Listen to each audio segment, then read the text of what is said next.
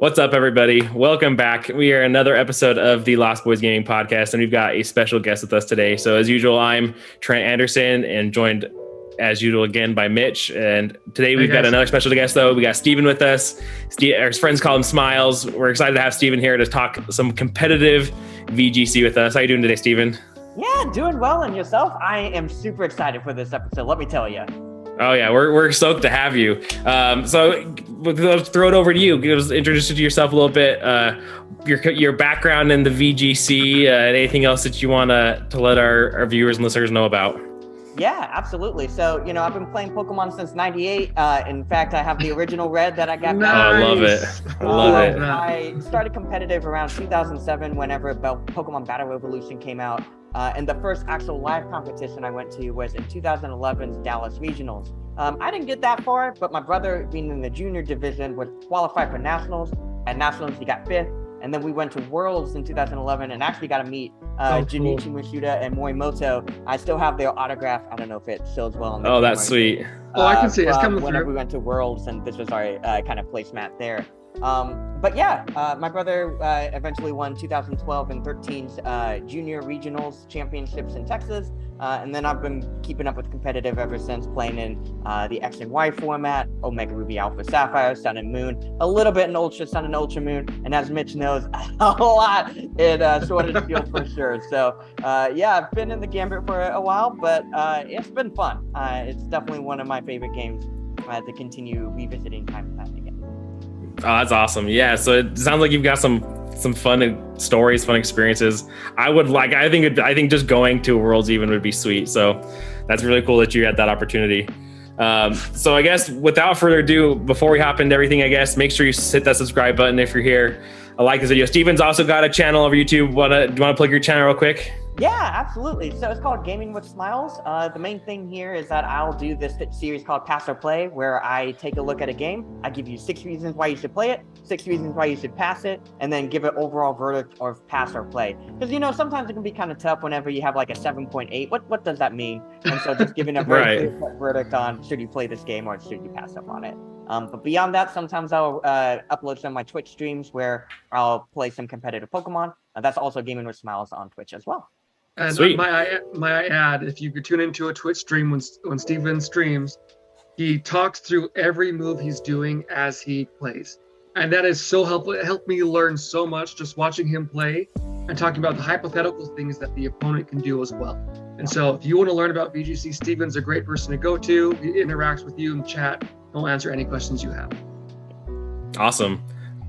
Love it. Definitely recommend. So I guess, the first question, so we gave Steven some questions ahead of time, try to prime his answers a little bit, give him some time to think. The first thing that I kind of had a question about was like, what's been your favorite mechanic? Like, mechanic is fairly new for Pokemon, right? I like, for those of us who grew up playing in the 90s, we just had your regular Pokemon, you didn't have anything. But then like with Megas came along in Gen 6, they had Z moves in Gen 7, Dynamax more recently.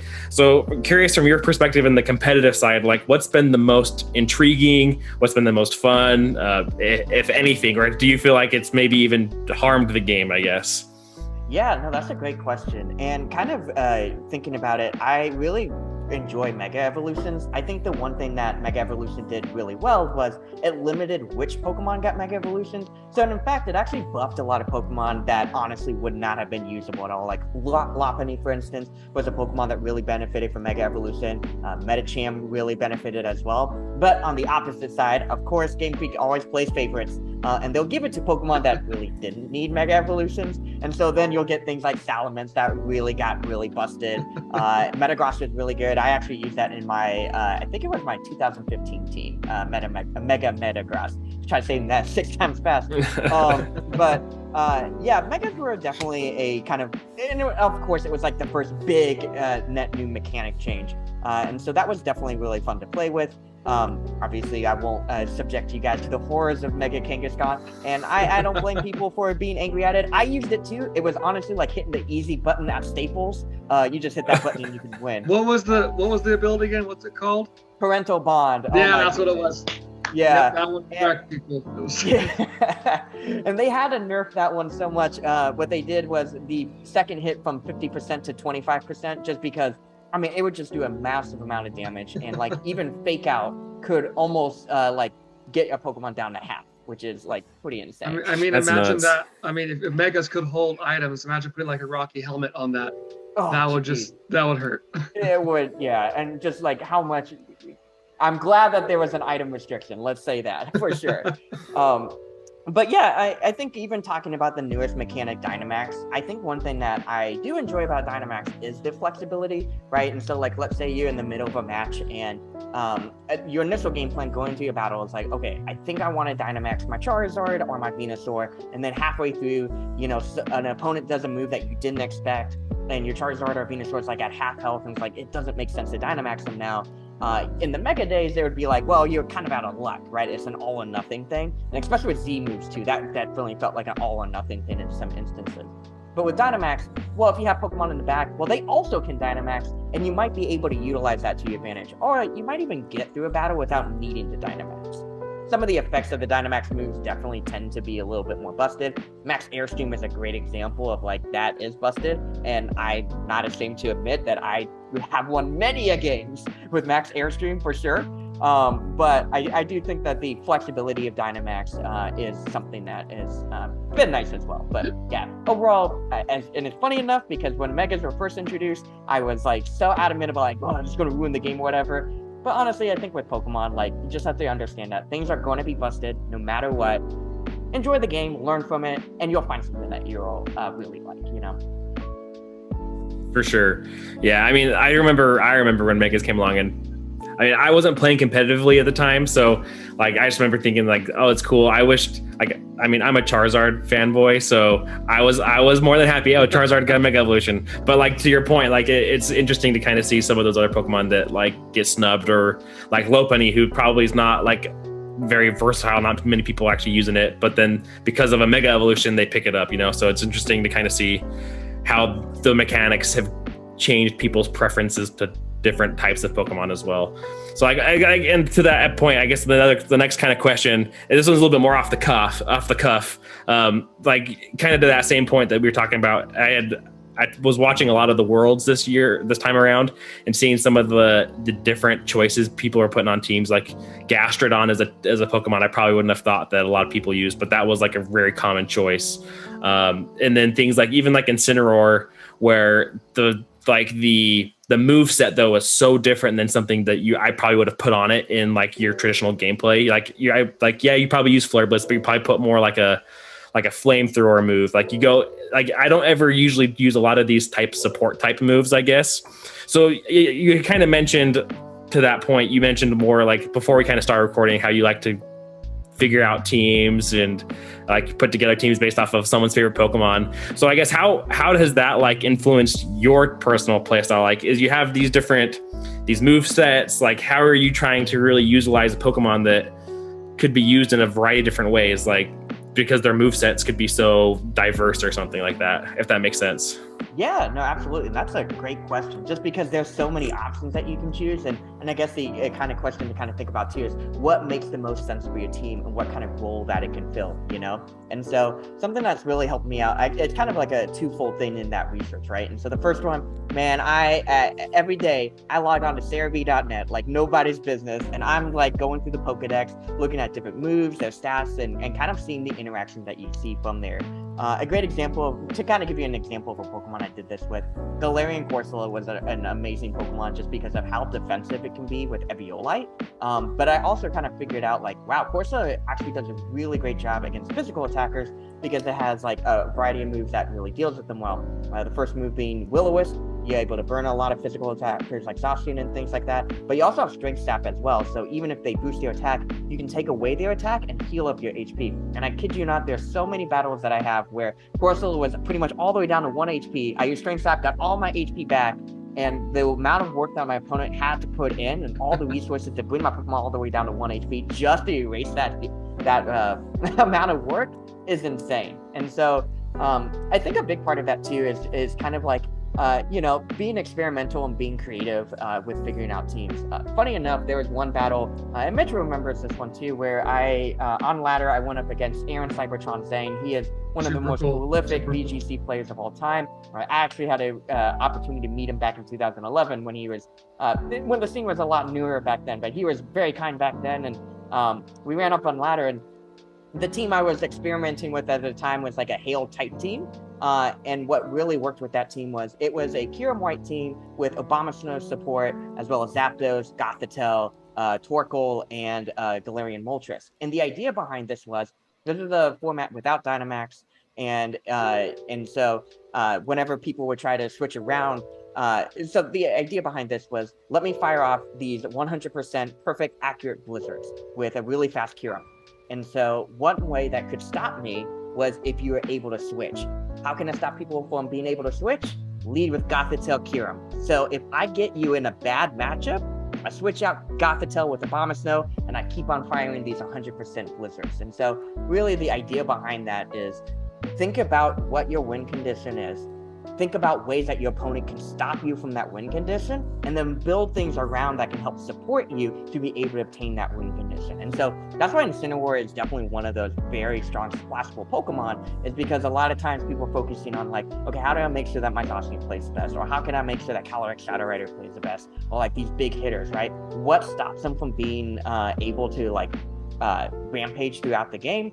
And usually what happens is like, well, if the opponent gets to move first, or the opponent has higher attack than me, and Incineroar answers so many of those questions to help be able to support that too. And so that's kind of one aspect of team building that I'll look into as well. It's like, you have an idea of what you want to win with, what stops that, and then how do you kind of be able to maneuver around that. And that's actually something I'm really excited to continue diving into whenever going to Scarlet and Violet, especially with Terra typing. You can be able to change your typing on the fly.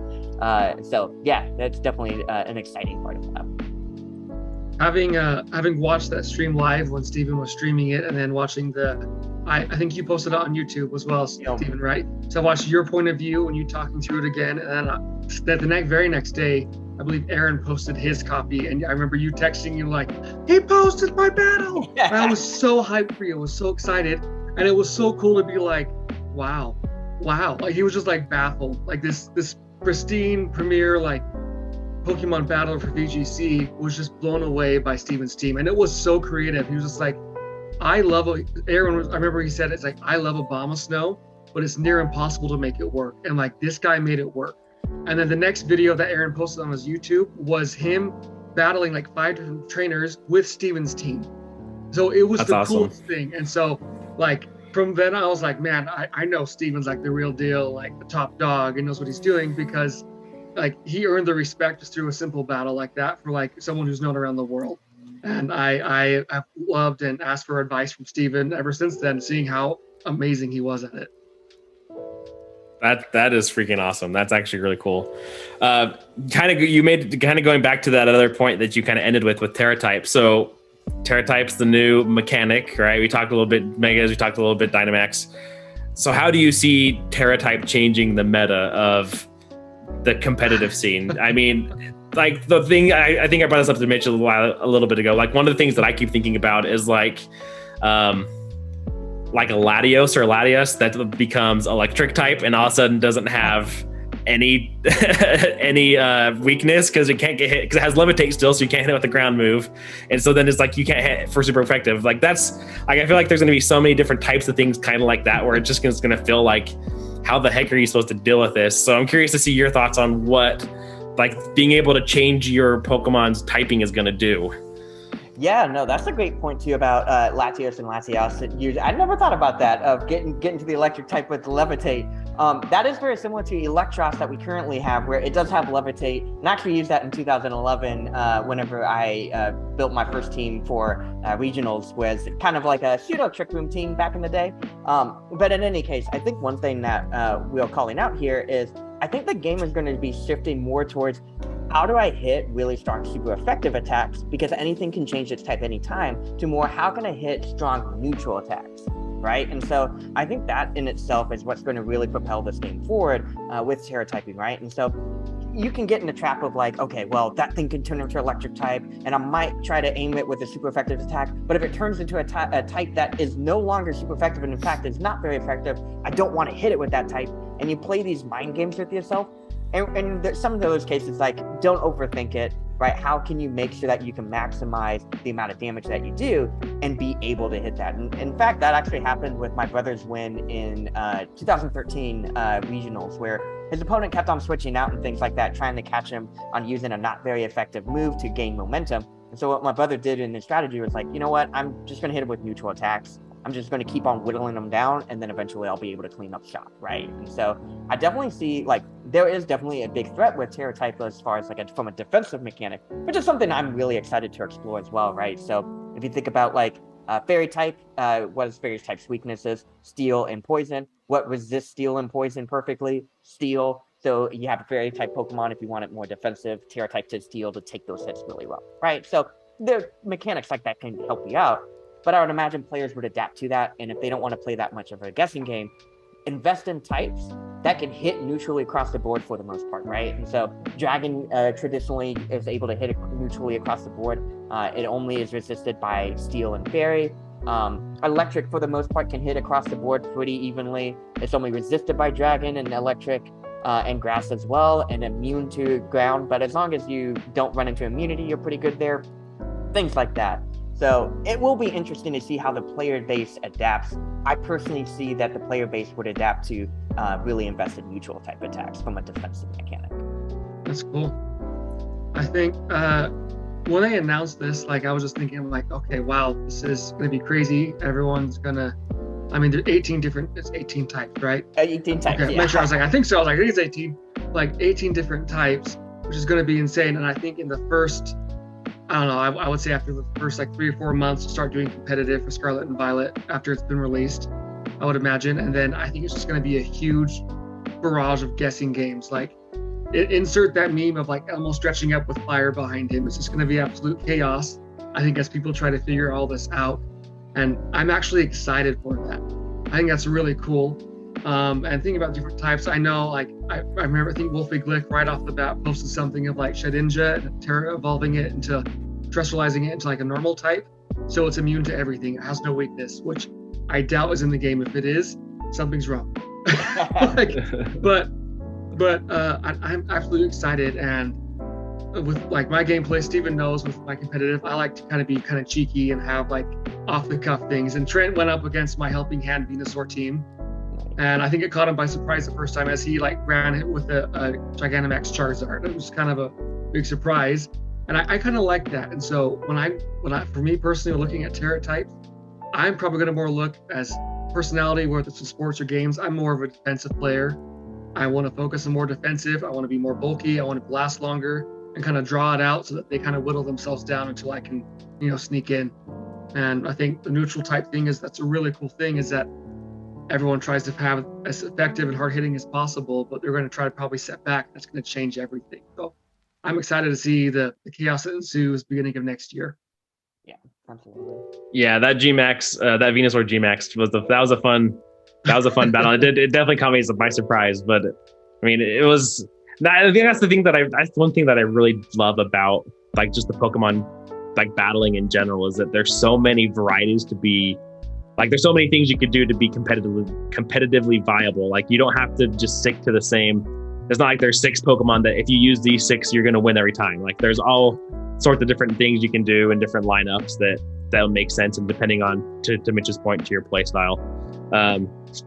So that's one I definitely am looking forward to that. So kind of going back on that same line of thought is, like, we have the whole national dex issue, right? That started with the Sword and Shield, where not every Pokemon is going to be in.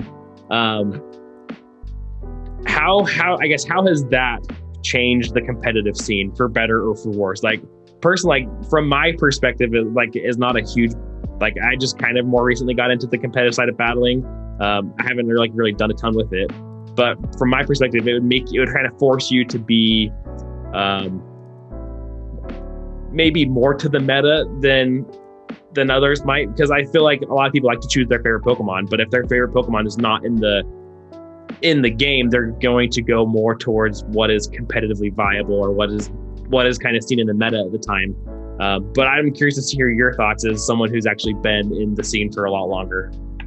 Yeah, no, and at first I kind of felt that too whenever jumping into the game with the cut decks. I'm like, oh man, there are some favorites that I have that I can't use. Like Greninja was a favorite of mine that I was like kind of bummed I couldn't bring up to the new games. But at the same time too, kind of feeling like, oh man, well if I don't have the full decks, then that kind of cuts down experimentation. But whenever you do play the game, you'll kind of notice that like there's kind of the top amount, like the top 50 that you run into time and time again, regardless of how big the Pokedex is. And in fact, usually what will happen is if the Pokedex gets too big, diversity actually is shrunk.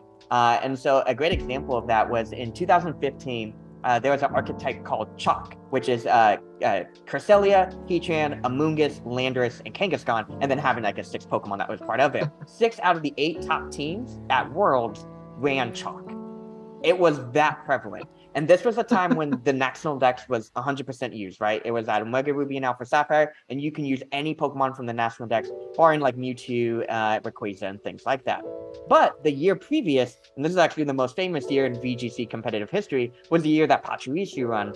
And that was a metagame where it was a smaller Pokedex, right? And so I think one thing that a smaller Pokedex also does is it encourages players to go out of their comfort zone to find something, right? And so if you're really comfortable playing with Heatran or Kangaskhan or things like that, and you're like, hey, actually, you can't use them, it really does force players to adopt that experimental mindset. And I feel like Sword and Shield did that for the most part, right? And so we were expecting some Pokemon to come back.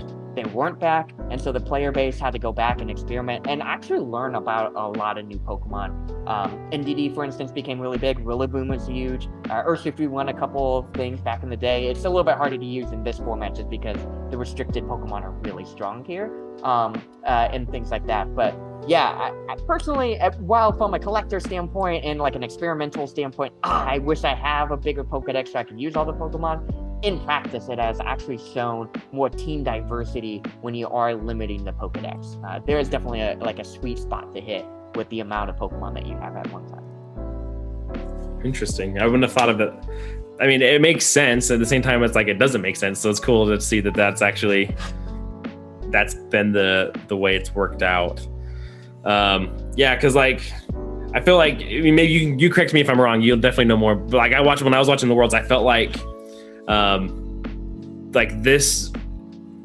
this year felt very diverse. Like I was watching a lot of the battles. Like I think the final was a guy who was running like Charizard and Groudon versus now I can't remember what he was up against, like a Kyogre, and like so I felt like it was like you said, the restricted Pokemon were like the really beefy, like running a Groudon with an assault vest, like that thing's gonna last for a while unless you can get it out of there. Or like whenever I played like ranked battles online, if I face a Kyogre, I'm like, oh man, I've always hated it because of how beefy it was. But at the same time, I feel like I've seen a lot of different diversity. So has this year, I mean, to that point, has Sword and Shield been the most diverse year, or was like that first? Well, I guess that answers my own question because this was the first year. I keep forgetting this is the first year that was the first game that was cut. So that would make the most sense then that it was diverse. That's a good question if it was the most diverse, because I know the Kalos Dex kind of limited because if you compare the Kalos Dex to the National Dex, and we played 14 in the Kalos Dex, that did limit it. But yeah, to your point, Trent, I do agree that I think Sword and Shield was the most diverse because of that. Because even when they had a quote-unquote National Dex, it only went to so far, which is on the 400 number, And I'm okay with it. I don't think that's necessarily a bad thing, because it causes people to use other Pokemon. It helps you appreciate, I guess, kind of the underdogs, forgotten ones. And that really showed, I think, in Sword and Shield.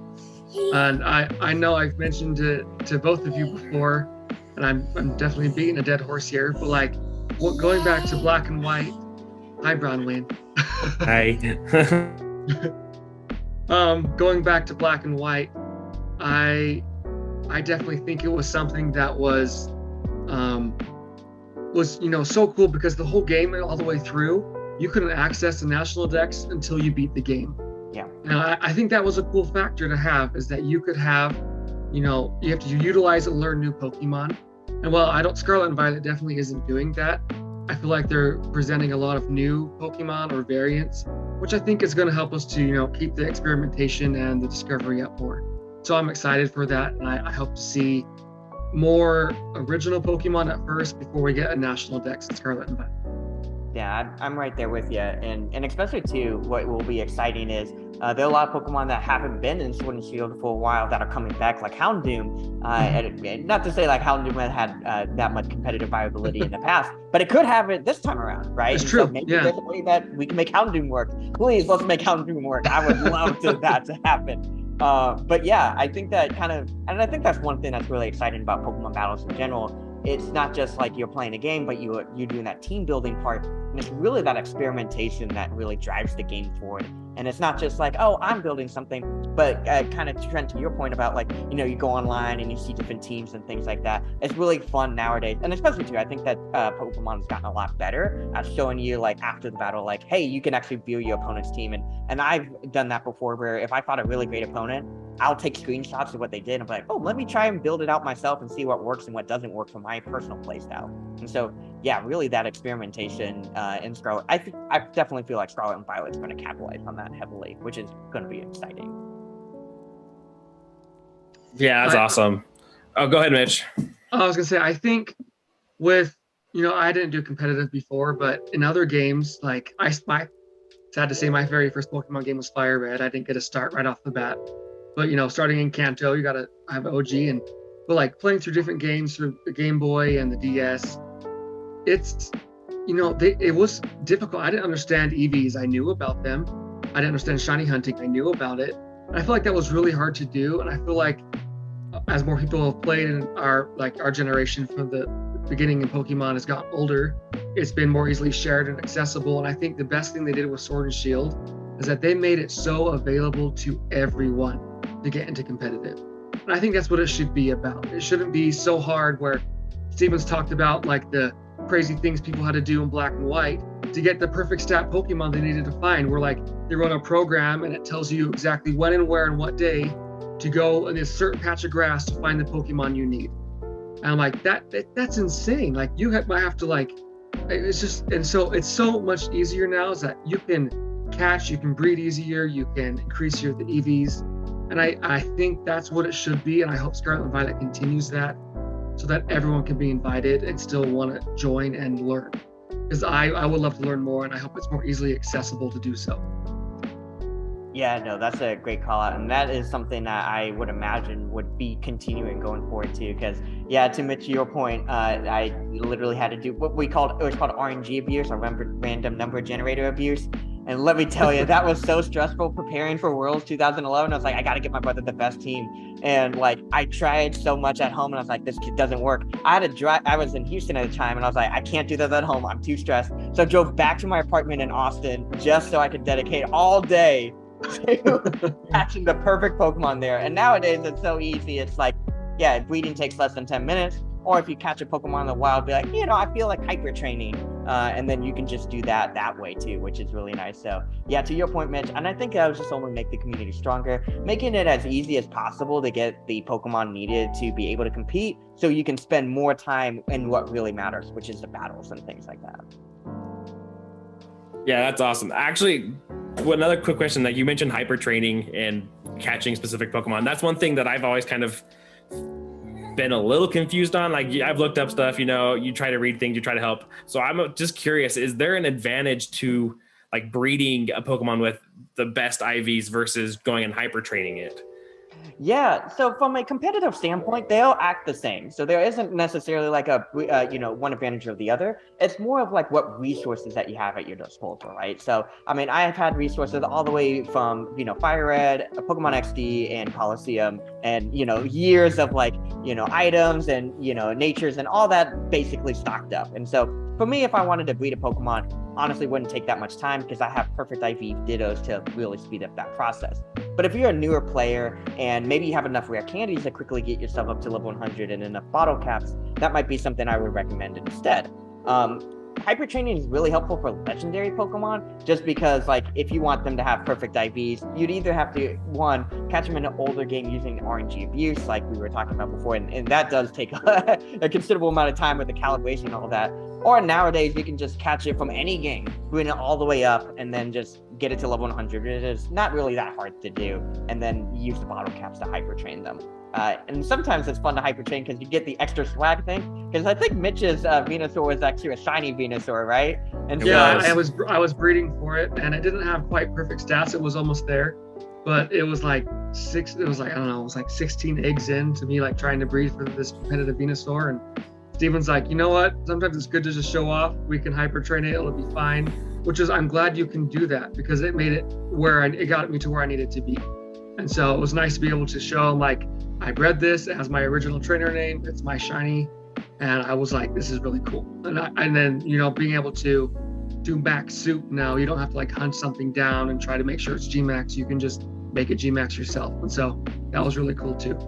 Yeah, and that's always a fun thing, is having those little swag points like, oh, I hyper trained this. Or in actually my Salt Lake team, there was a shiny Porygon 2 that I caught when I was playing Pokemon Go in Scottsdale. And so it was kind of like I'm winning like a memento for my time in Scottsdale to Salt Lake, which meant a lot too. So yeah, kind of to Mitch's point, the improvements in the system have been so great in bringing in a lot of players. And so like, yeah, it definitely felt a lot more close-knit competing live back in the day. Like, I mean, I'll tell you this, Worlds in 2011, it's so small compared to what we were seeing in London this year. It's incredible, like just how bigger it has been.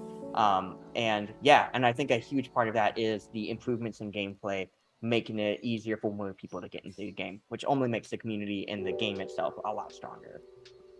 Yeah, it's awesome. I have another question too, kind of going back to that showing off. I always thought it was really cool. Like you have like the Pokeball. You're cutting out a bit, Trent. Oh, can you hear me? Now I can. Yep. Yeah, you're good now. So going back to like showing off a little bit. I'm curious. Like I always see like you get a cool shiny, and it's in like a Pokeball that matches that shiny. Or like Mitch, you had your Venusaur, I think, was in a Safari Ball. Yeah. So yep. how are people? And I haven't really looked into this too much. So that's why maybe it's a stupid question. So how are you able to breed these Pokemon into these specific Pokeballs without, like, is it a breeding thing? Is it you have to have the mom or the dad in a specific Pokeball? I was kind of curious. I was like, dang, because that's sweet. Like, I thought that was so cool. And Mitch threw out that shiny Venusaur. I'm like, dang, that's in a Safari Ball. That's sweet. Yeah. So I can answer a little bit about that because I understand there are communities in Pokemon games. Obviously, you have like casual players, you have VGC competitive players, you have shiny hunters, but there are also Aprilmon collectors, which is like a very small, tight-knit community. Like they're all, if you know one, you know pretty much everyone. That it's a community that exists, and I had no idea until I met a friend, Windsor, and they started. When did they start? I don't know. They started like 2 years ago, which is a few, and they now have every single Pokemon available in every single April ball. So like you want a Pikachu, they have a Pikachu in every single possible ball. Like it goes for every Pokemon. And so that's what they fill their like home decks with, is like in chronological order, like every single Pokemon in an April ball.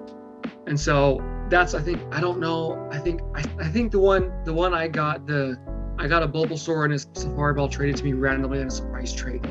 I do that one with my breeding. If I have like boxes full of breeding rejects, usually they're like 5 or 6 IV, and like half the time half build ability. So I'll trade them away. So hopefully someone uses them when I'm breeding for something. And then, when I got a Bulbasaur, I was like, I'm going to use this. But I've also asked my friend before who had it in a certain ball, and I was like, do you have this in an April ball? She's like, yeah, let me breed one for you. I'll trade it over. And so if I want to shiny hunt that for that ball, I can do that. If I want it to be in that ball just for competitive, I can do that.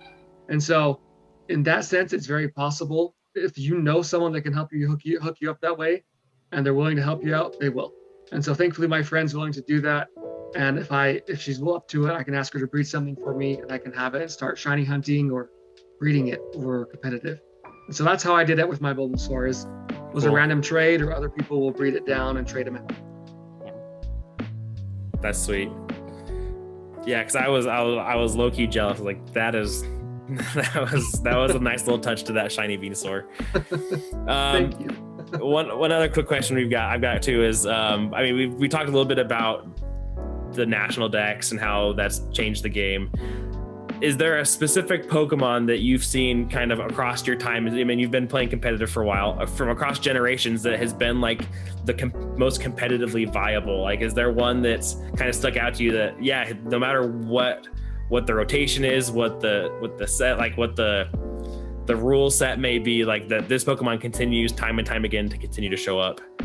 Yeah, no, and funny enough, the answer I'm going to give, it was actually a Pokemon that I used in my first ever VGC team in 2011, and it consistently comes back time and time again. And for me, I think the epitome Pokemon that really exemplifies that is Amoonguss.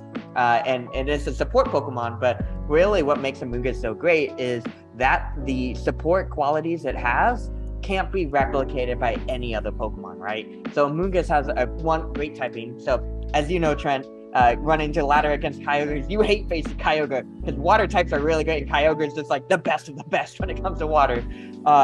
Being able to resist water is huge, especially and just consistently. It also has Spore, which is 100% accurate sleep move, and Spore is definitely highly recommended. It's really strong. In fact, my brother has one. That's the keystone of one of my brother's victories in 12 and 13 was being able to spam Spore, keeping his opponents asleep and just slamming them with attacks. Amoonguss also has the ability Regenerator, meaning that as it takes hits, if it wants to switch out, it actually regains HP back. And so that was really big. But even before it got Regenerator, it used to just have Effect Spore in Black and White before hidden abilities were out. And it was still really good because of that. And then last but not least, Rage Powder, which attracts attention to Amoonguss, who is a very defensive and bulky Pokemon. So if you have like a really strong Pokemon like Zacian or Groudon or Kyogre that you don't want it to take any like damage from like a single target attack, Amoonguss's Rage Powder is really great to attract attention to itself. The opponents target that instead, and you're able to get the KOs that you need. So really, pretty much in every format, and literally, like I said, it was part of the chalk acronym as well there. Amoonguss has been a standout Pokemon. I'll also say Landorus is also really big. Landorus sometimes takes a little bit of a sideline because Incineroar is so good. Incineroar has always been consistent as soon as it's gotten Intimidate since the Sun and Moon days, and it's any format that has allowed Incineroar to be in, it tends to be one of the biggest players. In fact, I think at Worlds, Incineroar was the most used Pokemon around 70% of all teams, and so it's not just like, which is higher than Zacian at 60%. So it's not just like, oh, it was good when it first came out, but it continually gets better with every format too, which is crazy to think. And then also want to recognize Thundurus as well, which is really interesting because when Thundurus first came out, it was more defensive. People would use it for its prankster ability, using Thunder Waves, Swaggers to kind of slow down your opponents as you were able to get those hits in. But as you probably saw in Worlds, I believe the winner of the one with the Dynamax Thundurus knocked out that Charizard, Thundurus has actually turned to be more offensive.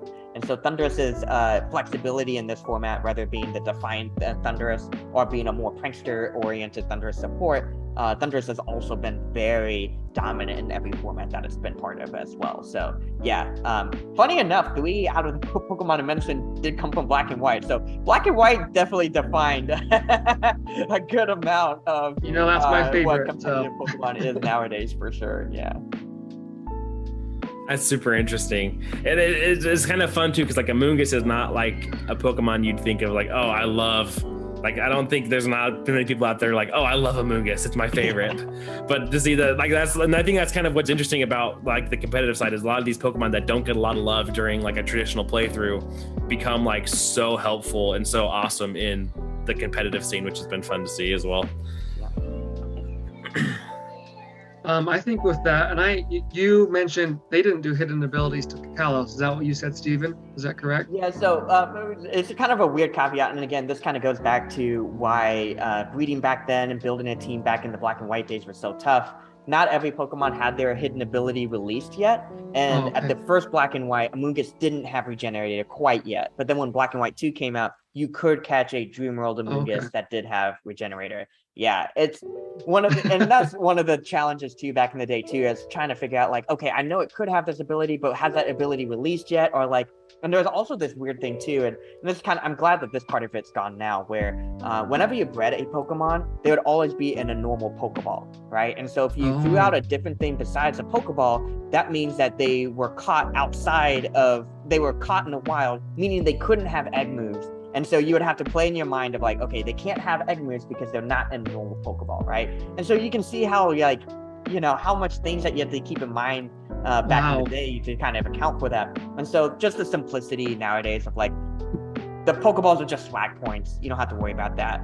It's nicer to do that, you know, versus like, I have to make sure that all my Pokemon are caught in a Pokeball because I can't give away information, right? If you saw a different Pokemon that could breed, like being thrown in an Ultra Ball, that's enough information. You're giving away information to your opponent. But nowadays, you don't have to worry too much about those things. Yeah.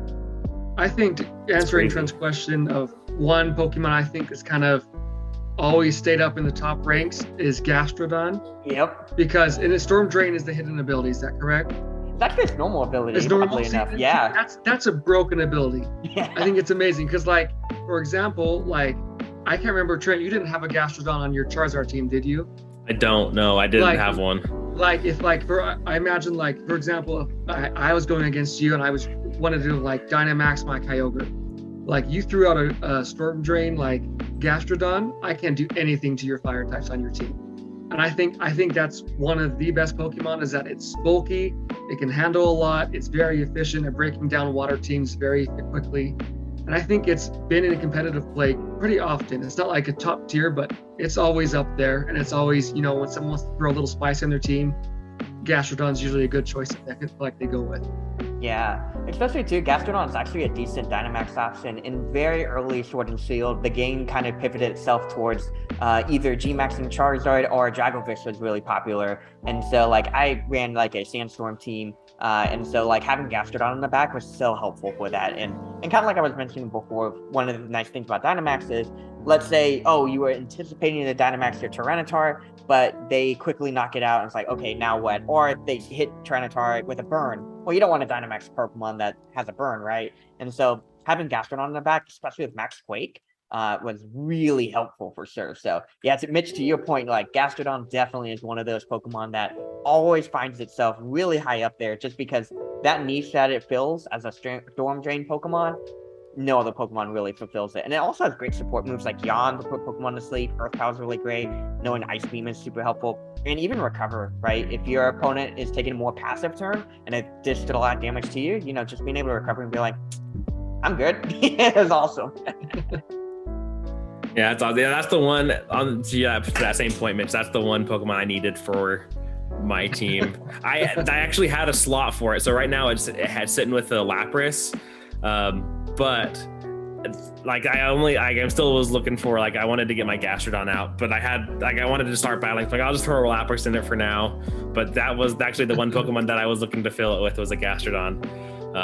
I think I copied one of the, I was watching Worlds, and I copied one of the teams that I saw in Worlds. It's like, oh, I like that. They used, like, to my point, I like Charizard. So they're using Charizard. So let's find a way to use Charizard. So awesome. Kind of the last question I'll throw it over to you to Mitch if you have any other questions that we haven't been able to get over here yet. Is like, so to that one point we were kind of talking about earlier too, with like breeding and looking at IVs and stuff like that, and then also with hidden abilities, like looking at natures. That's also like, I feel like there's so many different things you have to look at with a Pokemon. It's like I said, you're talking about IVs, EVs. We've talked about abilities. So like with natures, how are you looking at natures, and what does like as you're building your team out, like what does one nature do for you versus another nature, and like to end up going with a specific nature for a specific Pokemon, I guess? Yeah, no, that's a great question. And I think I kind of want to couple this answer to not only just with natures, but also when you're thinking about like either held items, EVs, or things like that, right? And so really the big answer for all of that, and like what do you decide when building out a Pokemon, is what are you trying to get out of with your team, right? And what's the current metagame, and how are you going to make sure that your team can adjust and adapt to that current metagame? So I think a great Pokemon to actually highlight this is Zapdos, which can be ran in so many different ways, but the way that you want to run it might change depending on what you're facing off against, right? And so like before this whole restricted era with Zacian, Kyogre, Groudon, Zapdos might be a little bit more on the offensive side, right? So Zapdos, for instance, would automatically be like, let's do max speed, max attack. And honestly, that's how I ran Zapdos for a couple of times in different formats, just because it was fast enough compared to the rest of the base, the meta game. It was really strong, and it was defensive enough where I didn't need to invest as much to be able to survive hits, right, as a legendary Pokemon. But as we kind of move into this meta game, Zapdos becomes, not as strong as some of those Pokemon, but also I needed to survive a little bit longer against some of those bigger hits. And so I might be investing more in defense in that regard, right? And so in previous formats where I might have been like, yeah, Timid Zapdos sounds great. Well, Timid Zapdos doesn't really fulfill the need that I have in this time around, where I might need to survive against Zacian's Behemoth Blade. And so investing in a bold nature Zapdos to be able to do that, right? And then with that as well, I think what's important is also thinking like just knowing just enough of how much you need to invest so you can put into other stats that you need as well, right? And so a great example here is like, let's say you want to knock out an opponent. I'm trying to think of a good example on top of my head, but let's say like there's a big threat like Zacian and you're trying to knock it out with Max Player. And again, I'm making up these numbers. Don't hold me accountable to them. But let's assume that you can knock out Zacian if you've only put in 100 EVs in special attack, right? At that point, why would you put, if that's the benchmark that you want to hit, why would you put more EVs than just that 100? Because you're already guaranteeing that KO, right? If that versus 252, it doesn't, make it more knocked out. So at that point, then you can go back and say like, okay, I only need 100 for this. Let me go back and invest that in other stats. And a great example too, whenever it kind of go into the previous example when I fought against Cybertron Zane, Calyrex Shadow Rider was a big threat in that metagame. And so I actually EV'd my Abomasnow to be able to survive an Astral Barrage and hit it back with the Shadow Ball super effectively, because not many people would expect that. And then Hail, even if it was at a focus stat, would be able to knock it out. So I just invested just enough special defense with the Assault Vest to do that, so I can then throw those EVs into other stats as well. So while this might seem like very daunting for a new player, really my main advice here is just play the game. Like either borrow a rental team or think about what might work, put it into practice, and build it. I kid you not. We did see that I won against Cybertron, but there were so many matches I lost, and that team wasn't actually the final team before I got to him. I went through battles. I was like, oh, I don't like this Pokemon. Changed it out. Or like, I wish I could have survived that move. Let me recalculate. Why did I not survive that move? Okay, maybe I can invest more here and take away from here because I don't need as much special attack, but having that defense is really helpful and things like that. And so really having that experimental mindset. And Trent, you even said it best. Like, yeah, you put on Lapras for the team for the time being, realize it didn't work. Okay, you switch out Lapras for Gastrodon. No big deal, right? And I think that's so important in this game is really like don't worry about having the right answer the first time. You got so much time to be able to innovate and change things. Rather, go into those battles, try it out, see what works for you, see what doesn't work for you. Because again, like even if you copy a world-winning championship team, it might not match your playstyle. You might not feel comfortable playing it. And I've seen many players that will, try to adopt a different team that just doesn't jive with them. And they'll ask themselves like, man, why isn't it working? It's not working for you. That's not how your mind works. It's not how you're able to adapt to the game. And so being able to figure out what works for you, what allows you to adapt into the metagame, and just being adaptable and flexible, really make a hallmark team there. That's awesome. That's a great point. That's awesome. All right, Mitch, I'll throw it over to Mitch. Do you have any, I don't know, I'm out of my questions. I don't know if you've got any things that we haven't touched on yet that you want to make sure we get out there. I don't know, kind of adding on to that last question, like I think I said it before, Lucario's my favorite, and that was something I talked to Steven about. And the one Pokemon I know the most about is that Lucario can be run as special or physical, and it very differs on like the movesets you want for it. What IVs you want to invest in, what EVs you want to invest in to make it as efficient as possible. Most of the time, so it's just something like, it's a constant learning thing. And if you're willing to put in the time and effort to learn, try to understand it, you gain more and more knowledge. In this past March, when we had the regional championship in Salt Lake City, because of my issue with not being up, like not being able to attend because I missed a booster shot and miscommunication with the whole competition itself. I sat at home and I was watching a lot. And as I was watching, my parents actually said, put it on the TV. And I started watching more. And I didn't know a ton, but as I was watching, I started learning what Pokemon would have moves, how they would be invested. And I would just start talking out loud. And my parents are like, it's like, so what's happening here? And as I kept learning and practicing, it helped me to see that like I'm learning as I'm like talking out loud and teaching. And I think that's something I learned from Steven, is that he does that as he's battling. It helps you think things through and helps you to process it. And so, you know, my advice for anyone going into wanting to do competitive Scarlet and Violet, enjoy the game, have fun, learn all you can about new Pokemon, see what's going to happen, and then just apply yourself as much as you want. That's my advice. I don't know if you have anything else you want to add, Steven. What should people look forward to, I guess, for competitive, and what should they do as Scarlet and Violet comes out?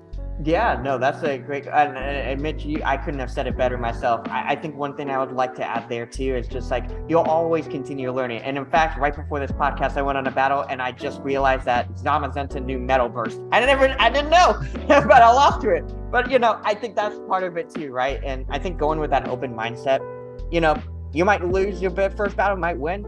Don't let the wins and losses define you, but rather ask yourself the question, can I learn from it? And even from your wins too, of like, even if you won, ask yourself, could I have played that game better? Because I think that's one thing that I've gotten a lot better at in my current years playing, is not just saying like, okay, I'm satisfied with the win. Like, yeah, absolutely celebrate your wins, let's have fun, but learn from it as well, really, right? So yeah, I think that one thing with Scarlet and Violet as well is like, get excited about the new Pokemon coming out and things like that. Feel free to go ahead and start that experimental mindset, but just know that, hey, things are going to change, right? So, I mean, we've seen Cloth already, my boy, with the half HP, but one thing I'm always thinking about, because like, I think one strategy that a lot of people mentioned was, okay, Cloth's ability, I think it's called Angry Cell or something like that, or Angry Armor, or Cell Anger, or yeah, something like that. Yeah. And so what happens is if it gets half its HP, it lowers its defense and special defense, but it ups its attack, special attack, and speed, right? So it's like, it's going to hit harder and faster by sacrificing its defense. This is great. It's really strong. But in my mind, I'm already thinking, what can beat it? Priority moves, right? Because your defenses are lowered, and it doesn't matter how fast you are, a priority bullet punch or something like that from Scizor is going to knock it out, right? So if I really want Cloth to win, I need to start thinking, what can beat it? And how can I support Cloth to make sure that won't happen, right? Hey, a good friend of Mugus might actually help out here. I can redirect with Rage Powder, and then Cloth can keep on doing his thing too, right? And so, yeah, just continue that experimental mindset and really think about your path to victory, for sure. But yeah. Cool. Thank you. Awesome. Thanks. Yeah. I think just to kind of echo that, I think to Mitch's point too, I think the thing that's really helped me a lot was just watching. So if anyone out there looking into it, I mean, like I said, I'm not the world expert by any means. So I appreciate Steven for hopping on and giving us his perspective and his advice. But yeah, I think the biggest thing for me was just watching and being able to see like what other players were doing, what their teams are running, what moves they're using, and when they're using those moves and stuff like that. So it's been interesting. So awesome. I'd like to thank you again, Steven, for hopping on. It's been a blast chatting with you to get your perspective on everything. Just want to let you throw out your YouTube channel one more time for anyone who may have missed it the first time around. Yeah, absolutely. Well, feel free to check out Gaming with Smiles. I'll admit I haven't uploaded in quite some time, just getting a new house settled and all of that, but we're going to get back up there. And yeah, we just do video game reviews as well as some competitive Pokemon out there. So yeah, would love to check that out. And yeah, Trent, Mitch, it has been a true honor. Thank you so much for having me. Man, I had a blast. I don't know about y'all, but I had an absolute blast. This was awesome. Talking about Pokemon. Oh yeah, it was a blast.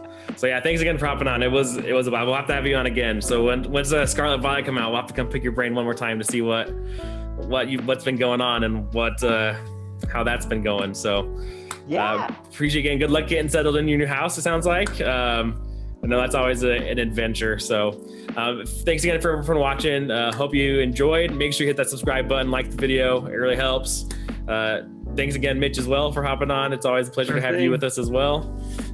Till next time, guys. Catch you later. Bye.